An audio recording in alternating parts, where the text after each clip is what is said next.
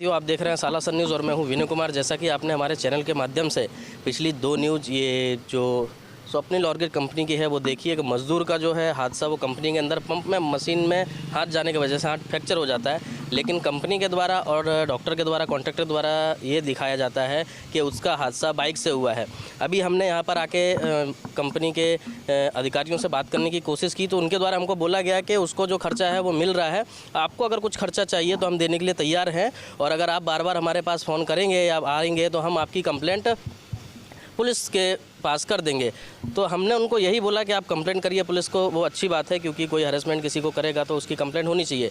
दूसरी सबसे बड़ी बात यह है कि पहले भी इस कंपनियों में कई हादसे ऐसे हो चुके हैं या इसकी गैस जो है बाजू वाली कंपनियों में लगी है और कई मज़दूरों के साथ काफ़ी बड़ा हादसा हुआ है।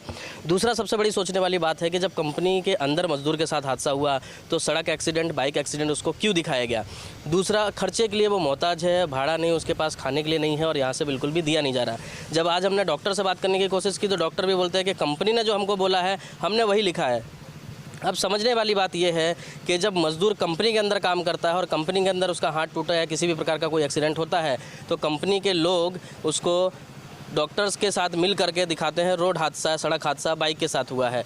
अब सबसे बड़ी समझने वाली बात यह है कि ऐसे कई मज़दूरों के साथ कई कंपनियों में हादसे होते हैं और इसी तरीके से कंपनी और जो कॉन्ट्रैक्टर है वो इसी तरीके से अपना पल्ला झाड़ कर मज़दूरों के ऊपर वो चीज़ डाल देते हैं।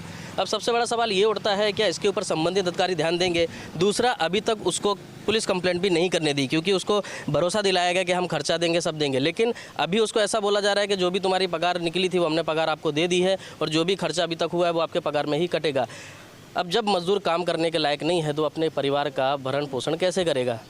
ये कंपनी की जिम्मेदारी बनती है कि किसी भी मज़दूर के साथ कोई हादसा होता है तो उस मज़दूर को कंपनी मुआवजा दे और जब तक वो काम नहीं कर सकता तब तक उसको पैसा भर कर दे।